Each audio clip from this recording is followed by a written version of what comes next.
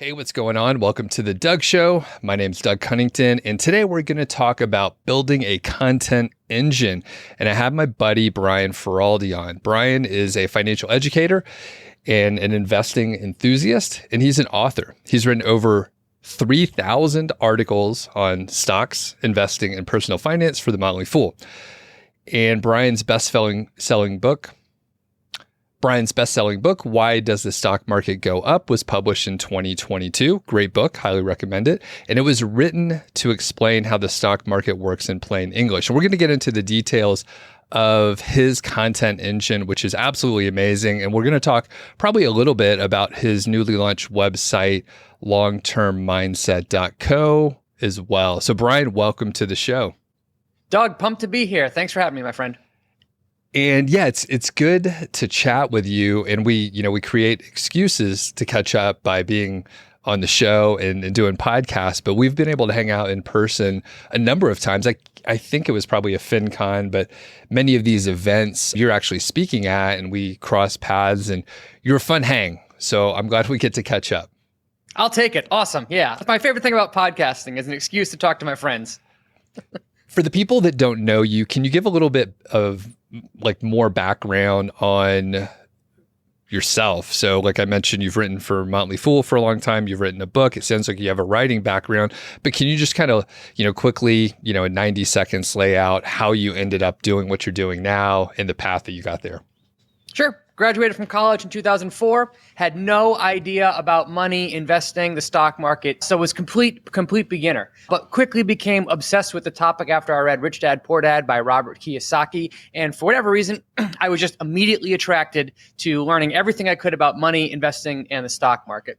Educated myself for a number of years. That led me to follow a company called the Motley Fool fairly closely, and I became a power user of the Motley Fool. 10 years into my medical device career, I was fired, which was awful and also the best thing that's ever happened to me simultaneously. That gave me the gusto to approach the Motley Fool and see if I could become a full-time writer for them, which they allowed me to do. I've been doing content creation essentially for the Motley Fool for about 9 years, but about 4 or 5 years ago, I started to work on building up my personal brand, primarily through social media and Twitter. The pandemic supercharged that learning experience, and I've been able to build up a pretty decent sized audience across the various platforms: Twitter /X, LinkedIn, and YouTube being my primary ones. And one thing that I've really focused on over the last couple of years is building up a financial education company, and attracting potential customers through social media is a key way that I find customers. So it's been absolutely pivotal for me to build a content engine that allows me to consistently pump out high quality content. Was there a precipitating event that led you to think, I need to start building my personal brand? There wasn't. So it was more an accident. I didn't set out to be an entrepreneur. I didn't set out to start a financial education company. It was one of those things that just kind of happened. For many years, I had a Twitter account, but I never really took it seriously. And I didn't really even know how to grow on social media until I would say the end of 2019. That's when I kind of started to figure out, I see all these other creators that I actually respect really putting time and energy into Twitter. I must be missing something about it. But that really, my interest in this was really turbocharged because of the pandemic. Like so many other people, it was my outlet to connect with the world, and I also had free time to put energy into it. Simultaneously, I signed a book deal with our friends over at Choose FI, Brad Barrett and Jonathan Mendoza, and that also gave me a real big push to put more time into social media, because if you know anything about the book world, marketing a book is a hugely important component of a book's ultimate success. So that was a major reason why I started to put time into social media, because I needed an audience for my book. Generally, you've described a funnel, right? So you're going to social media, you have your sales funnel. How are you monetizing? Obviously, you have a book, you have some education. So if you could just spell out all the ways you're monetizing. Yeah. So my I didn't set out to monetize. That was never an initial goal of mine. And if you know anything about books, books are a horrible way to monetize your audience, especially traditionally published books, because when it's all said and done, about 90% of the value, 95% of the value that a book creates through a sale is captured by others. So unless you write a mega bestseller, books are a horrible way, a horrible business model for making money. So 2 years ago, I got into the course game, specifically the cohort-based course game. And my target audience is individual investors, people that are managing their own money, know a little bit about the stock market, and want to learn how to analyze companies on a fundamental basis. So me and my business partner, Brian Stoffel, we have launched a number, now 3 cohort-based courses that are all aimed about teaching people how to analyze individual companies on a fundamental basis. So that is the lion's share of revenue today. After we did these cohort-based courses, we noticed that people really developed relationships with us over a 2 or 3 week period. And some of them said, hey, I really want to keep this relationship going. So about a year ago, we launched a premium community. So after someone goes through a cohort-based course, we offer them the option to join our premium community, which is essentially ongoing continuous education. And we meet once a week for an hour, and we kind of teach additional topics related to understanding business analysis. So that's another big chunk of our revenue. And we are currently in the process of taking these cohort-based courses, which we've refined over a period of two years, which are fairly high ticket because of the live nature of them. And we are going to be turning them into hybrid courses where they have a self-study component and a live component to them. Great. And why did you do the cohort-based versus a self-paced? Would that be the alternative, right? A self-paced standalone course versus meeting live for workshops? Yep, that's a fantastic question. Our initial aim was essentially to build a massive self-paced course that had like everything we knew about investing in there. And a guy named Gagan, who is the co-founder of a company called Maven, actually reached out to me and said, hey, are you interested in building a course company? And I said, actually, yes, I am. He said, have you thought about doing cohort-based courses? And my initial reaction was, no, that sounds terrible. Why would I want to devote my time to something and have it be a live component to it where I can build this thing and just kind of sell it once forever?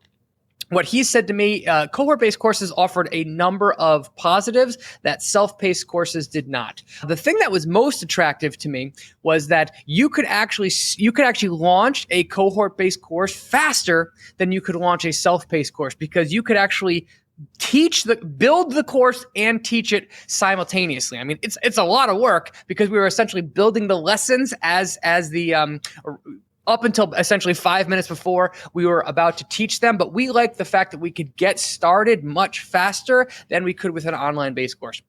The second thing we really liked was that the feedback we received from online courses was immediate, right? If we taught a lesson in a cohort-based course, we could see immediately if the lesson was landing, if anything was confusing about it. And that really helped us to refine the course and really simplify the material and make it far easier to understand. And then what Gagan told us is, the smart thing to do is teach a course as a cohort-based course first. You can charge a premium price for it. You can get started quicker, and you can refine the course much more rapidly over time. Once it gets to the point where you have gone through several iterations, it's going to be dramatically better for the students after a couple of live experiences than if you just launched it on your own. And then once you have the process down, then you take the course and you turn it into a self-paced course, or in our case, we're going to go with a hybrid model. So it was really about the speed of getting started, the fact that we could build it as we go, and that the long-term plan was always to turn it into a self-paced course that convinced us to try cohort-based courses first. Beautiful answer. I'll highlight one area there. I had a couple people that I coached and highly encouraged them to do a live workshop cohort-based course at first. They thought, oh, I want to develop the whole thing first. So of course you could imagine, right? It takes time and money and editing and 2 months to put together a course. And then they eventually realized like either the offer was wrong or the price was wrong or the audience was wrong. Like it didn't sell basically. So they just burned all that time. Where cohort-based, you put up your sales page.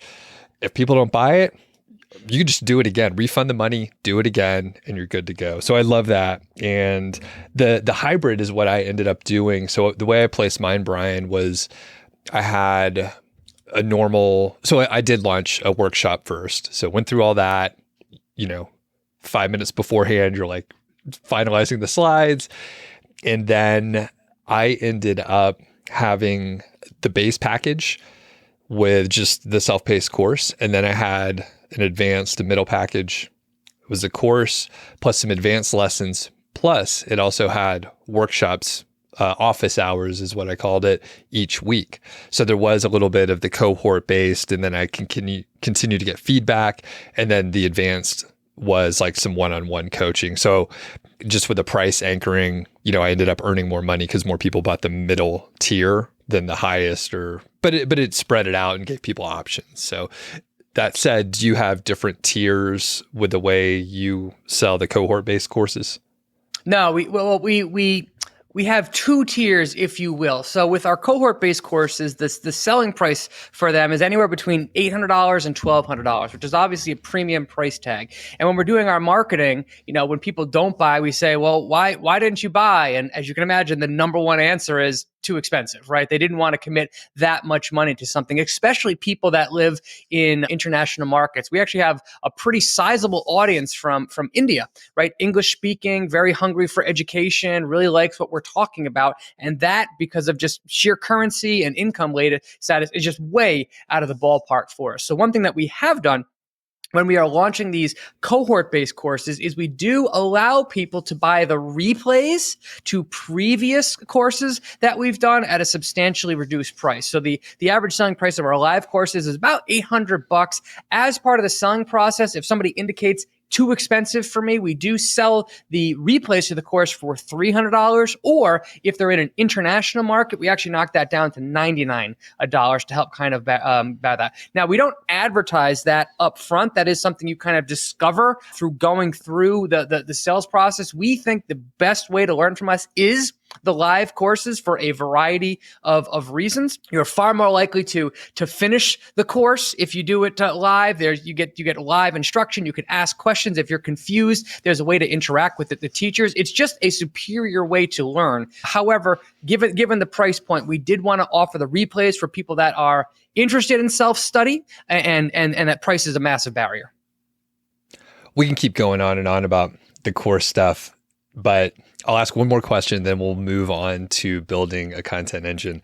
So where are you hosting the courses and the community and all that stuff? That the tech stack can get complicated, or maybe an all-in-one solution isn't best in class in everything. I use Kajabi personally because it has most stuff and it does most things well enough. So yeah, what are you guys using? So our tech stack is obviously a mess, given that I heard you on a podcast, The Art of Selling Online Courses, and I remember you saying that you had a mess of a tech stack and things kept breaking, and then you kind of switched over to Kajabi. And when I was hearing that, I was like, God, should we have just done Kajabi from the beginning, from the get-go? But our tech stack is fairly complex. So the sales page to our live course is on Maven, right? Maven.com. The course itself is actually taught using just Zoom. The replays are delivered through just YouTube. So we just upload the videos to YouTube, mark them private, and sell essentially the links to those private videos. And then the course, the community of the course, is run through a platform called Circle, SO, I believe. Now, we have a fairly complex tech stack, like you just hinted at. Our goal is to simplify our tech stack moving forward. Maven was absolutely instrumental in helping us to get off the ground, but we've gotten to the point where we've kind of outgrown our need for them, and we have the tech stack basically handled on our own. I look at Maven very similar to the way that you look at Substack. A whole bunch of writers that I know start on Substack because it's incredibly easy to get started. But a lot of the more successful creators eventually graduate out of Substack because of the fees that are involved. So that's one tricky thing that those platforms are going to have to figure out. So our tech stack, we're trying to simplify, and our courses will be hosted on a platform called Circle, and that's where our community is as well. Gotcha. Okay. Yeah. I would encourage you to check out Kajabi just because it does have all the stuff that you're talking about. And I mean, the fact is, it'll be a pain to migrate. Whatever you do, it's going to get fucked up. So like, just as long as you know that, there's going to be some stuff that drops, but like your audience and the people that are impacted is smaller now than it will ever be. So it's like, even though it'll be bad now, it'll be worse later to migrate. So it's like, just pull the Band-Aid. How many email subscribers, if you're able to share? If you're not, that's okay. But I'm just curious, like the scope. Yep, we have 100,000 newsletter subscribers. Yep, and we've become very aggressive with kicking people off our newsletter. So we've been hovering right around 100,000 for a couple of months now, and that's despite the fact that we're adding thousands of new subscribers every single month. But we are aggressively culling our herd to keep our open rates as basically high as we possibly can. So we're consistently hitting 45 to 50% open rates by culling out the lower end. So we're happy with 100,000. We'll probably stay there for a bit, and then probably kick into a next phase of growth once we are very comfortable with the quality that we're at. Man, that's an astounding open rate for the market that you're in and the competition. Really amazing. Okay, so let's jump into the content engine portion of it. It sounds like many of us, you try to get people on the email list from various places. Talk about your overall following and then how the content engine fits together. And then we'll kind of dive into little pieces here. Sure. So the first platform that I really started to pay attention to and put effort into was Twitter/X. So I started to really put effort into creating content that I thought would attract the audience that I wanted in late 2019. And back then, I did not have a content engine at all. I was essentially tweeting things that came to me. I was sharing things that came to me. I was doing everything in the app itself. And that worked for a while, but I quickly kind of built up a backlog of content that I knew worked. And I started to slowly get into recycling kind of the best content that I have. So I was effectively on Twitter from 2019 all the way up until 2022. And I was doing everything manually through the app. So by tweeting consistently, I mean, this is every single day, multiple times a day for a period of years, just by using the analytics in Twitter, I had a pretty big repository of tweets that I knew worked, formats that I knew worked, Twitter threads that I knew worked, and images that I knew worked. About a year ago or 18 months ago, I've tried several different scheduling systems. The one that I currently use for Twitter in particular is called Hypefury. Hypefury is an absolutely fantastic platform if you are on Twitter because you can load all of your content into Hypefury and then schedule out your a week's worth of content using pre-filled in buckets, these things called recurrent posts. So 95% of the stuff that comes out of my Twitter account today is essentially content that I've already shared with my audience over the last 3 years. And it's kind of like the best of content that I have. But because I'm using Hypefury and there's several hundred pieces of content to kind of shift through anytime, it does not look stale. It does not look formulaic. So having that as a core content engine really helped me to get my Twitter to the point where it's basically on autopilot at this point. One other thing that Hypefury does for me is whenever a piece of content that I create hits a certain level of engagement. So for me, that's 500 likes on an individual piece of content or more. That's when it automatically plugs some lead magnet that I have related to that content. So for example, if I share an infographic that I've made related to accounting and it gets to 500 likes, right below that, it'll say, if you like this, you'll like my free accounting ebook that I have. Click here to get it. And that, if they go through that process, gets them on my email list. Okay, so initially when you post it, it won't have the lead magnet in there, but Hypefury, I guess it knows what bucket it's in or the category, and then it understands like, okay, this bucket has this lead magnet that is associated with it, something like that. Yeah, I can even share my screen if that's helpful. No, you know what? A lot of podcast listeners, so we'll just talk through it. That's a good point. Okay, super awesome. So Hype Fury does that. Before you were using Hype Fury and you were doing most of this manually, like how big were you able to grow your following on Twitter specifically? Oh, probably 300,000. Okay. 300,000 followers on Twitter at that point. And I experimented with other tools such as like buffer.com, which was essentially taking what I did on Twitter and auto posting it to Instagram and LinkedIn and Facebook and all that kind of stuff. That worked okay, but Hype Fury does many of those same things, but instead of posting everything, you can set it up so that it only posts content that reaches a certain level of engagement. So one thing that I really like about Twitter is a wonderful testing platform. If you tweet something and it absolutely bombs, that is perfectly fine, right? Not everything that you put out there will be a winner. So it's a great place to try and test ideas because you can tweet so often, and then you take the best ideas that you have, and then you use those and you adapt them for the other platforms. So one wonderful thing about Twitter. Perfect. Okay.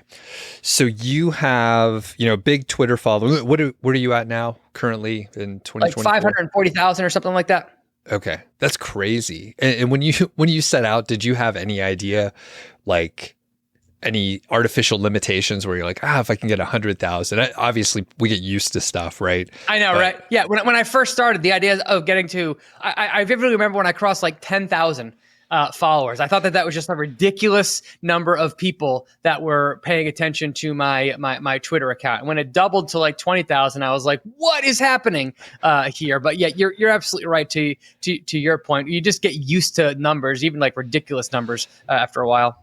Has it accelerated in growth, or has it just been sort of consistently growing over time? Any big spikes or bumps?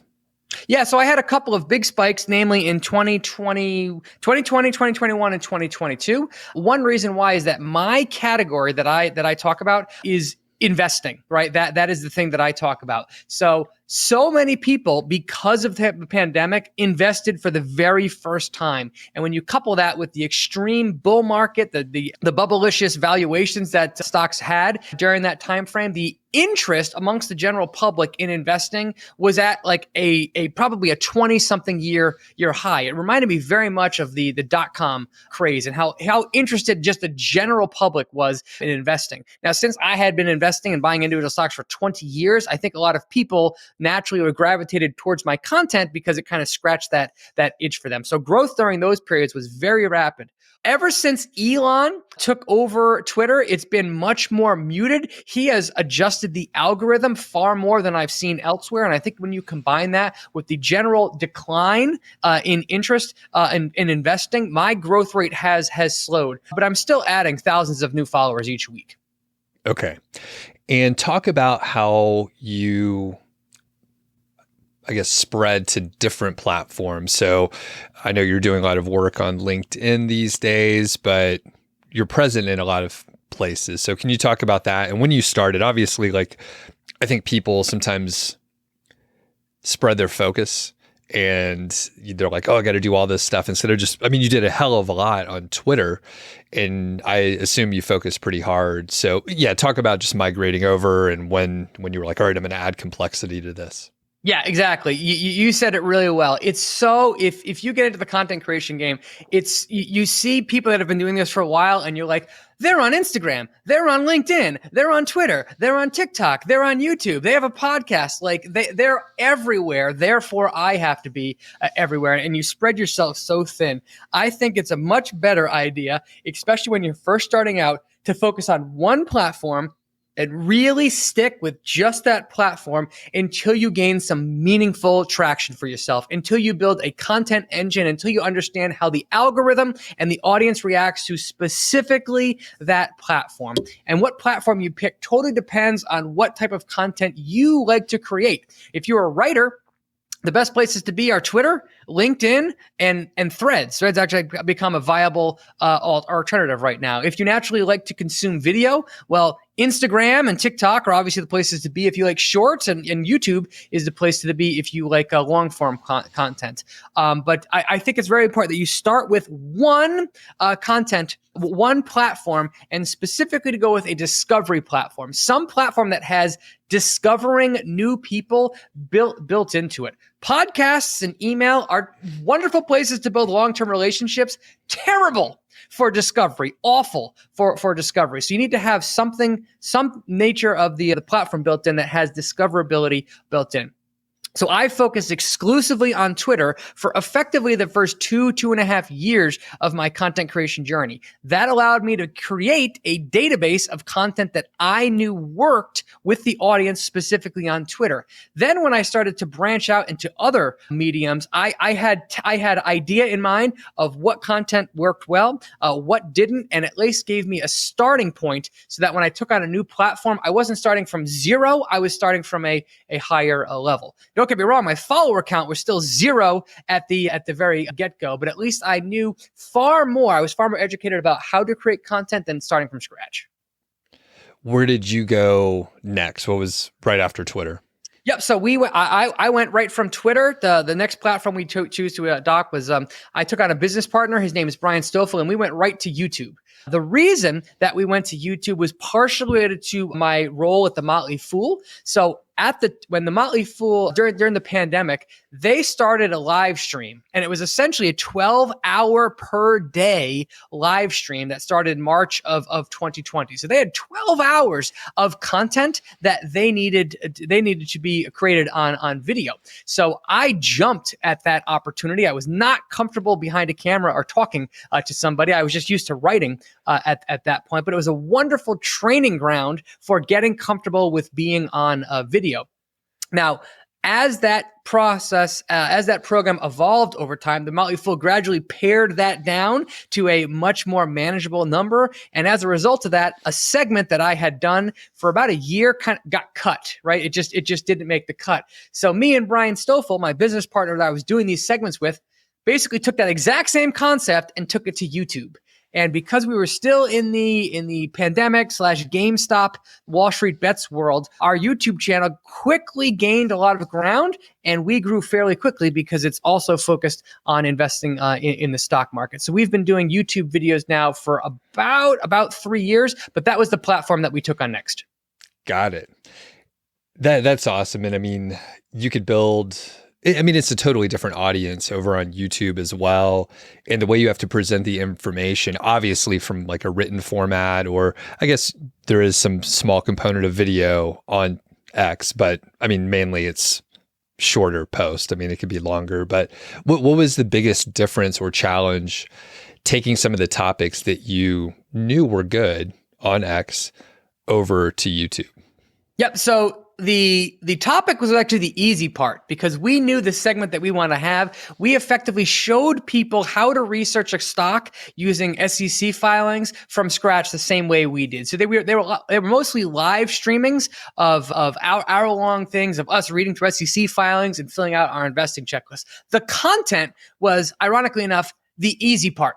For us. What was challenging was learning how to actually upload videos and stream to YouTube in a professional looking way. God, I look back at my early videos and they're just garbage. The video quality is terrible. I have a headset on. The lighting is very poor. The camera quality isn't good. So learning just the technical side of how to set yourself up so that you can make high quality video, that was like an 18-month long process and a lot of trial and error along the way.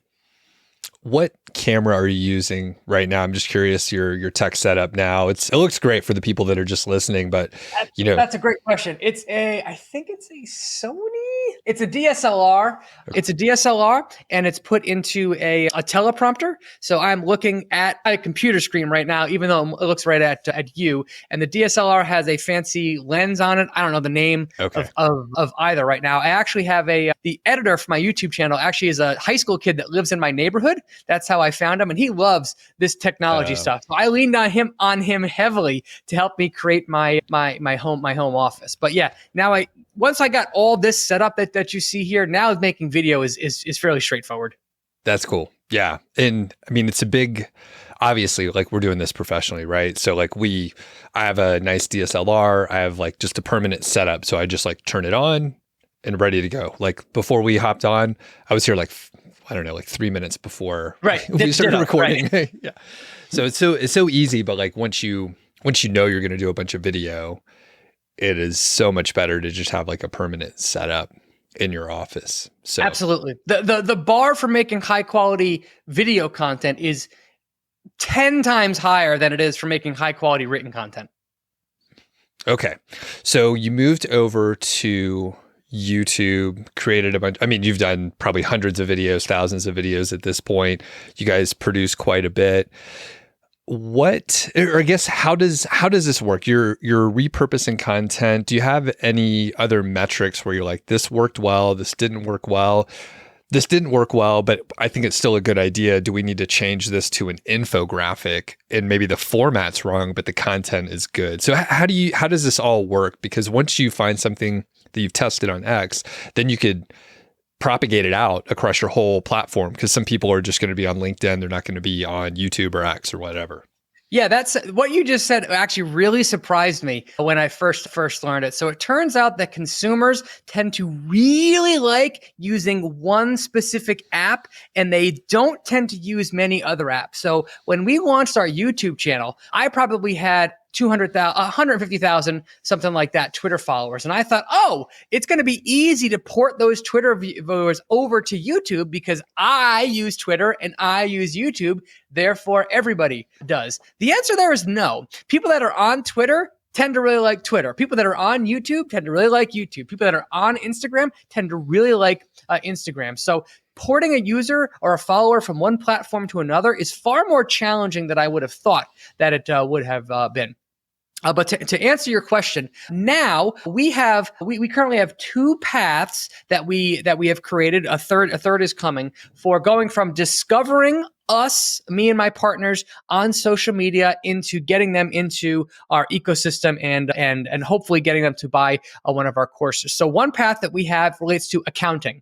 So we teach people how to find, read, and interpret financial statements through a course that we developed. That was one of our cohort-based courses. So I have a whole content engine that we've built that is specifically related to teaching people how to understand accounting. So that includes tweets, that includes infographics, that includes threads, that includes videos, that includes ebooks. So all kinds of content that we create, and then we share that content on the platform that it's most appropriate for. So LinkedIn right now, for example, LinkedIn really favors infographics and slideshows. That's like the platform that has been blessed by LinkedIn.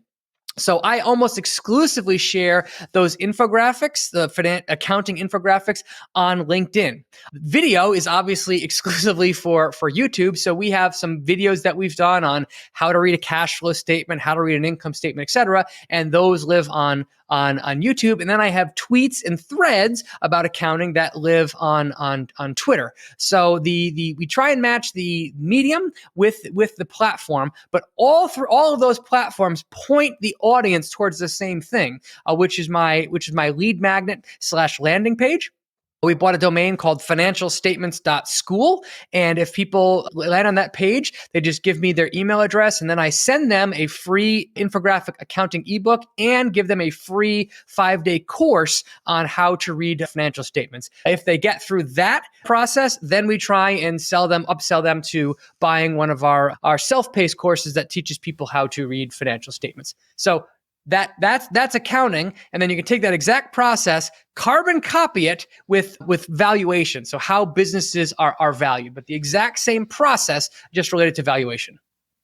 Perfect. How many different lead magnets do you have? We've tried a bunch. I think we have 7 or 8 at this point, and the conversion rate on them ranges from the low 30s to one of my lead magnets converts almost at 60%. So we are we're tinkering around with them, but my main lead magnet that we have is an ebook. It's an infographic ebook, and it's a free email-based course that's currently converting at about 58%. Wow. Do you find that certain mediums or platforms convert at a higher rate?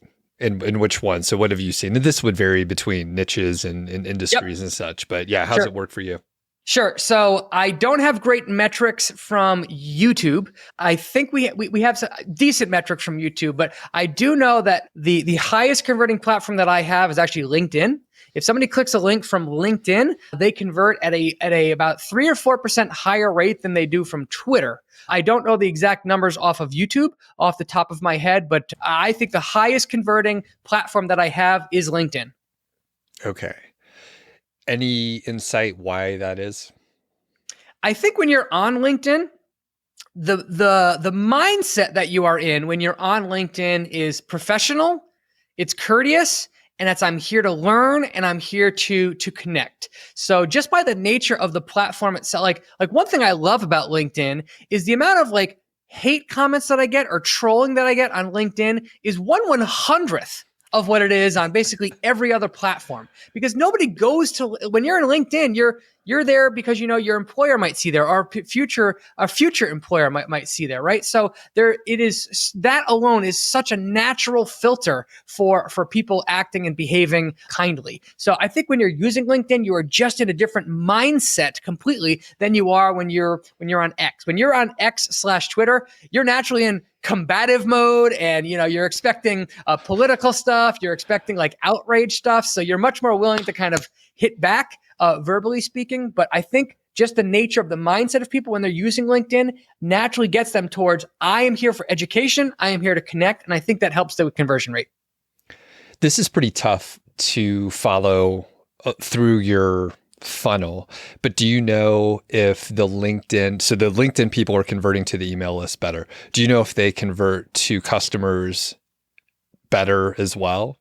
That's a fabulous question, and I don't have the analytics to back that up. Yeah, we still suck at analytics and diving deep into audience analytics. So I do not have data to find that out, but that is something I hope to find out in the near future.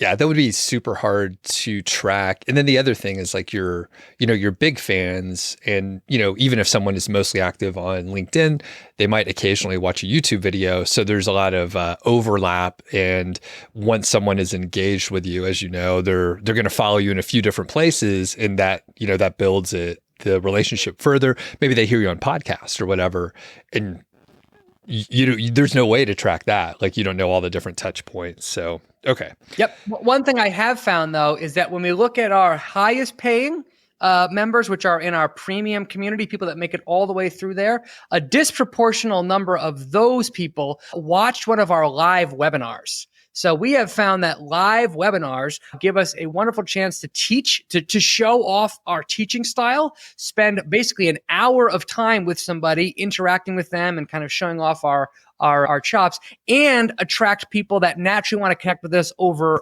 video. So we think that we plan on putting a lot more time into webinars over the next 12 to 18 months, specifically because not because it gets us a huge amount of volume, but the volume it does get us, I think, is very high quality. Interesting. And, I didn't test webinars a lot, but it didn't tend to help me out. I rarely converted anyone from a webinar. Part of it could have just been small numbers of attendees. So I didn't, run a bunch of ads and have 300 people on a webinar. But, and I think the interview you heard with me, Brian, I mentioned I got a bunch of YouTube videos and podcasts, so people usually have connected with me that way. So I was like, they probably don't need to see me. But what you mentioned with a webinar, like you're actually like going through and teaching something, so people are getting value right then, and they're like, oh, if you could do that for free in a webinar, like what value are you going to bring when I'm actually like a paying customer?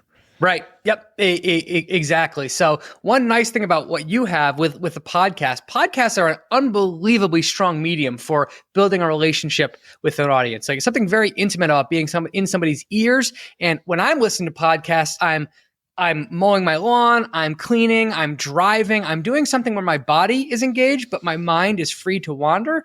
And just by nature of podcasts themselves, I've listened to some people talk on podcasts for hundreds of hours. So I really develop a very strong connection to people on podcasts. So podcasts and YouTube, just because of the nature of the length that you can spend with a creator and you can hear their specific voice, wonderful platforms for building relationships with them. It's just that, as you know, building a podcast, getting podcast listeners is incredibly challenging. It's so hard. Yeah. Let's see. Let's go back to sort of like the pure content engine. How are you organizing all of this content? Because it sounds like you probably have hundreds, if not thousands, of individual pieces. And then if you take, one post that did well, and then you put it into the native format of another platform. So how are you organizing all this stuff? Yeah, it is a nightmare, right? It is an absolute chaotic nightmare to do, but I've tried several different methods for doing so. The one that I am currently using is Notion. So I switched over to Notion about a year ago. Notion takes a whole bunch of time to get set up and to get used to, but now that we're using it, I absolutely love it. So in our Notion, one of our tabs in our Notion is our content engine. And in there, I basically have two main tabs. One is short form content. And that short form content could include tweets. It could include single pictures. It could include infographics. It could include shorts. So I have a short form content, and then I have a long form content. And the long form content includes Twitter threads. It includes slideshows, and it includes ideas for YouTube videos. So as a general thing that we do, we post a lot of short form content, primarily written and image based. Then we see what short form content performs well.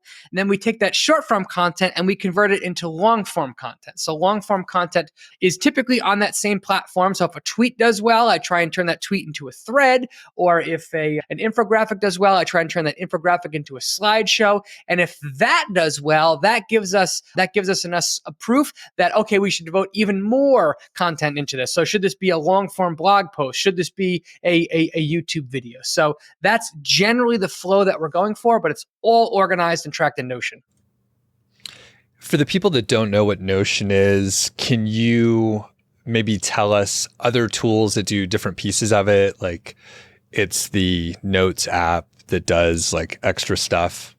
Yeah, it's kind of like it's basically Google Sheets, but way better organized, and you can actually put links in there and have videos. You can put videos in there. You can put images in there. Google Sheets is still a major part of my business. We use it all the time for tracking things, but Notion is just laid out better, and it is a database. It is a database table to it. So think of, if you're familiar with spreadsheets, it's that, but better with Notion. Okay, got it. I know a lot of my friends use it, but I saw that it would take a lot to set up, and everything's running fine here.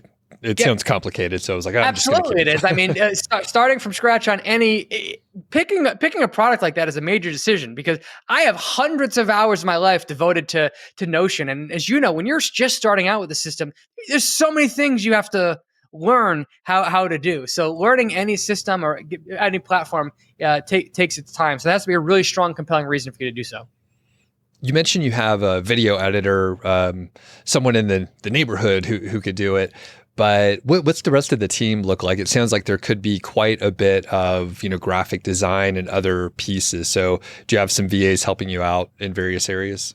Yep, we have 2 virtual assistants working with us. I could very much see us hiring more over time. So I have my own virtual assistant, and she primarily helps me with organizing Notion, posting content to social media, creating infographics. Then we have another virtual assistant that helps my operations guy. His name is Brian Withers, and she also helps to organize Notion. She does a lot of manual tracking of how certain data and content performs. She helps with customer support. And then I have a third business partner. His name is Brian Stoffel. He is primarily focused on course creation and course modification. And then that guy, Brian Withers, who's my operation guy, he is also our community manager. So he essentially handles all of the operations and scheduling for our premium community. When you guys were getting started, did you very clearly assign who was responsible for what, so there wasn't I mean, what happens is like there's duplicated work and then there's work that falls through the cracks. So did you guys figure that all out? It's like, Brian, you do this. Brian, you do that. Brian, you do that. Everyone's Brian, right? That is a great question. The general way that we share tasks is my primary role is front end stuff. So I am responsible for content creation and social media, all sales and marketing effectively is what I own. Brian Withers is responsible for operations and the community. So he's responsible to making sure everything works together and the right thing gets to the right person at the right time. And Brian Stoffel is primarily responsible for the creation of the products and the courses that we sell. Now, those are just the big buckets. All three of us do things in each of those micro areas, but the people that we have are really focused on, like doing, and are passionate about their particular segment. So that's how we distribute work. And I expect you guys saw that in each other. You knew like someone's going to handle operations. You want to do front end stuff. You speak at a bunch of conferences and you're on these podcasts and stuff. So was it pretty clear and you saw like we have good owners for each one of these that we want to do that kind of work? Yeah, pretty much. So Brian Stoffel and I started this business. We both liked writing. We all three of us love investing, so we all shared that in common. Brian Stoffel himself was a middle school teacher for a number of years, so his background is in teaching. When I worked in the medical device world, my role was sales, so my background is sales and marketing. And then our third guy, Brian Withers, he is an engineer. So his background, he loves living in databases and connecting things together and making them work. So it wasn't necessarily intention that we developed three people that had three different areas of expertise, but it's more of a happy accident that it turned out that way. Very good. So we're coming towards the end. I want to ask if there were any mistakes you made along the way, because you have all this very organized. You have hundreds of thousands of followers. You have a thriving course business. You have the funnels set up. You have a crazy email list with a high open rate. But what mistakes did you make along the way? Oh, tons of mistakes. Like, it is so funny to see things from the outside, right? Everything I've said probably sounds good. We have made so many mistakes. We have wasted so much time. We have wasted so much money pursuing things that didn't work. Case in point, one particular failure that we were really excited about was just purely related to not understanding our audience. So in 2022, we have developed a following of people that are individual investors. So these people are stock market investors. Those are the people that find us and typically follow us. Well, we had the idea of launching an email-based course that would help people to get their financial life in order so they could become financial investors. So we spent months of our lives organizing this course, creating this course. We decided to sell it for a very low price of $99, which we thought was like impulse purchase. We blasted out to our audience and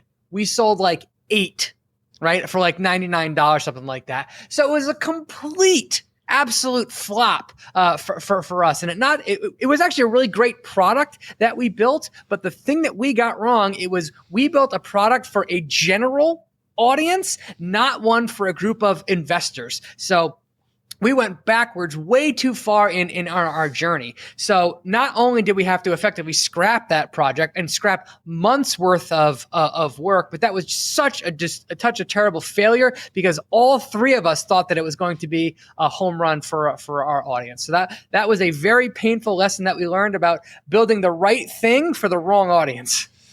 Okay. Well, and that said, like, knowing what you know now, what would you have done differently for that project? Whether it would be like totally different product that actually matches the audience that you've built over the years, or what would you do? Yeah, that's exactly it. So I love talking with other creators, and one creator that I super respect suggested to me that we build a general course about the stock market. So forget about individual stock selection, just build a course that is just for people that are interested in the stock market, right? People that know nothing.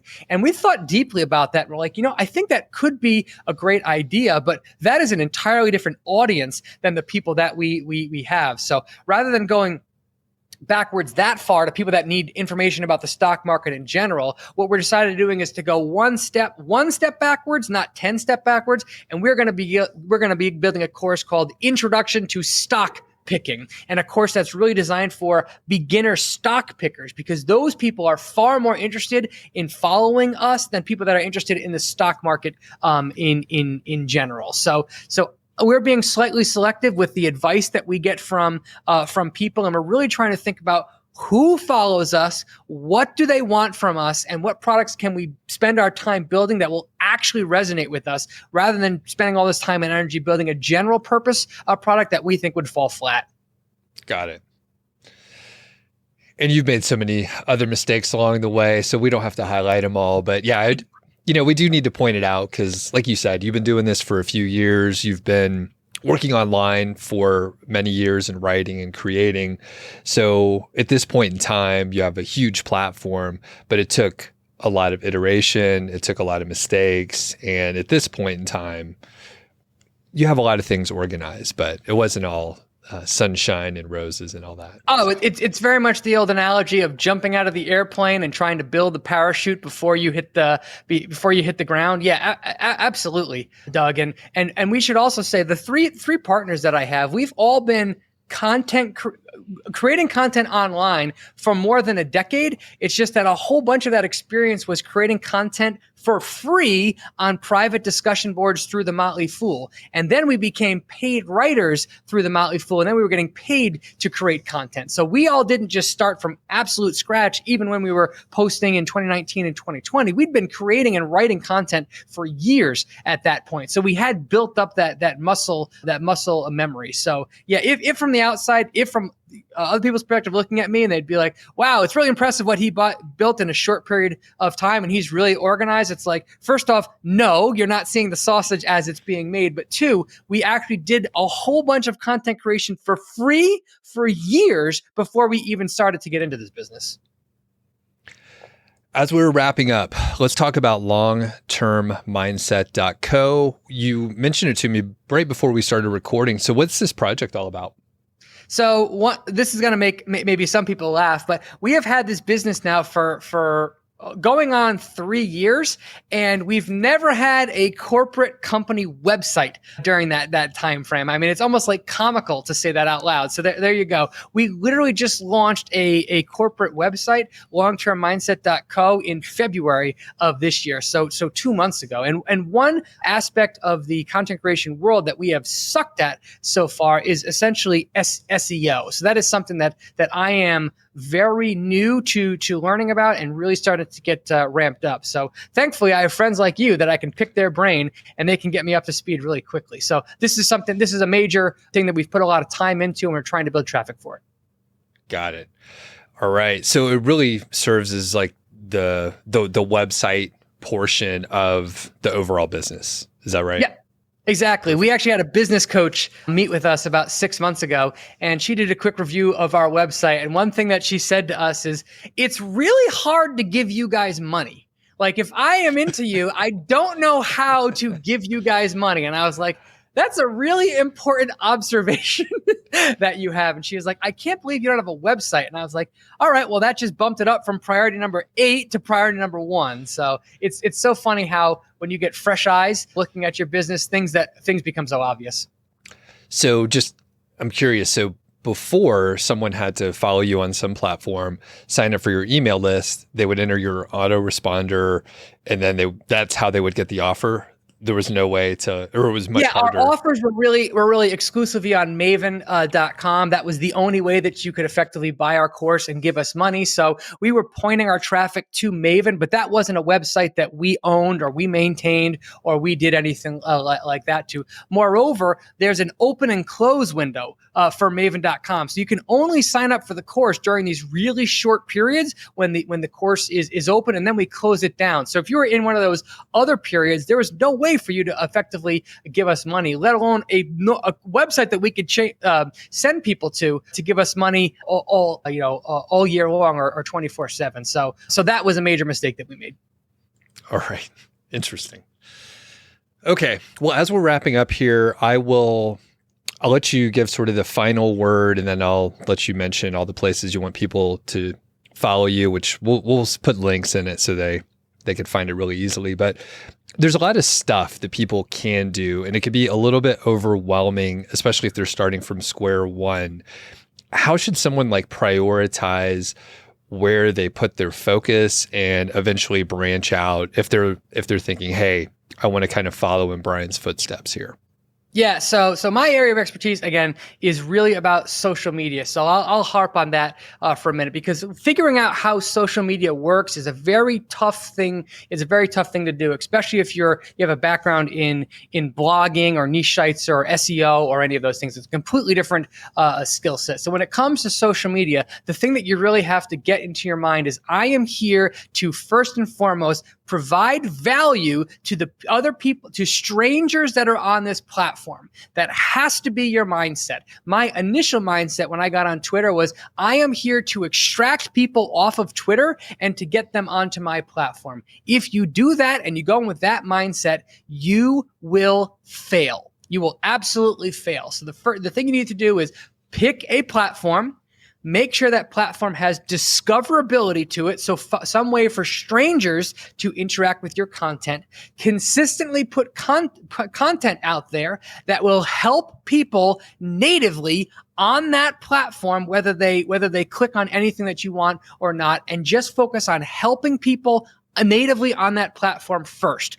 Once you do that, and as you build traffic and get to know, then and only then should you think about helping people get off that platform and follow you on a more private basis. But pick a platform, focus on helping people natively. If you do that, you will have far better results on social media than you would elsewhere. Where can people find you, Brian? Well, I'm on most social media platforms, but I'm most active on Twitter/X, LinkedIn, and YouTube. And if you want to check out this website that we're building, it's longtermmindset.co. Perfect. All right. Well, I'll link up for all that stuff so people can get to it really easily. And thanks a lot, Brian. Hopefully we'll catch up soon. See you, my friend.